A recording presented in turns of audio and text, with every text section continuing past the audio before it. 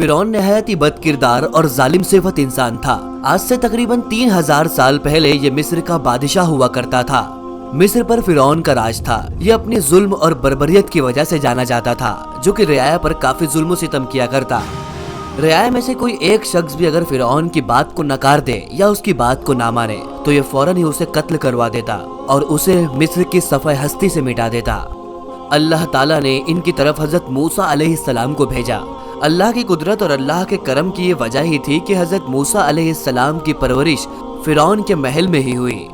फिरौन के महल में एक खातून थी जिसका नाम मुशाता था। जब मुशाता ने मूसा अलैहिस्सलाम को देखा तो मुशाता ने उस वक्त इस्लाम कबूल कर लिया।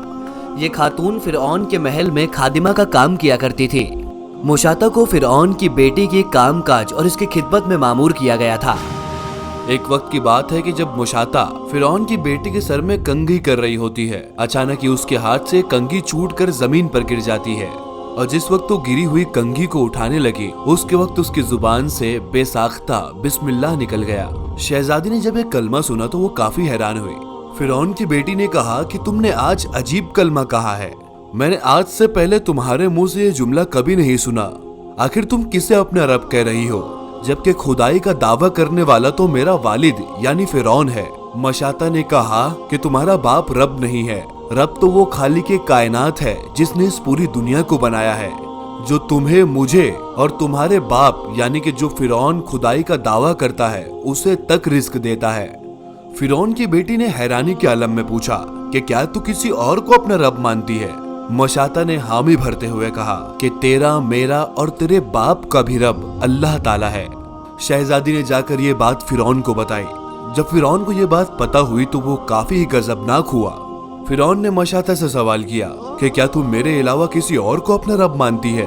मशाता ने हामी भरते हुए जवाब दिया कि तेरा, मेरा और सारी दुनिया का रब अल्लाह ताला है।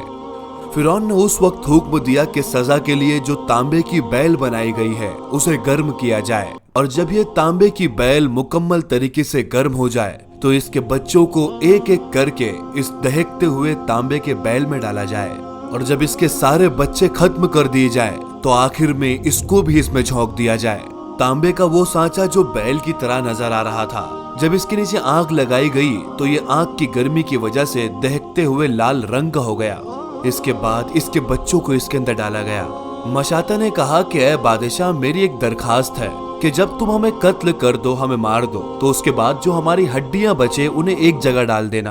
तेरे इस आखिरी हुकूक को मैं अपने जिम्मे लेकर इस बात को कबूल करता हूँ। मशाता की 2 लड़कियां थी जो इसकी आंखों के सामने ही उस दहकती हुई तांबे के बने हुए बैल में डाल दी गई। इसके बाद मुशाता का आखिरी बच्चा बचा जो कि इसकी छाती से लगा हुआ था। जब सिपाहियों ने इसके बच्चे को इसकी छाती से छीना तो इसकी आंखों में अंधेरा सा छा गया। उस वक्त गोया कि अल्लाह के हुक्म से बच्चे के मुंह में जबान आ गई। उसने अपनी माँ से कहा कि ऐ माँ, गम न कर। बच्चे ने गोया कहा हो कि हक पर जान देना ही सबसे बड़ी नेकी है।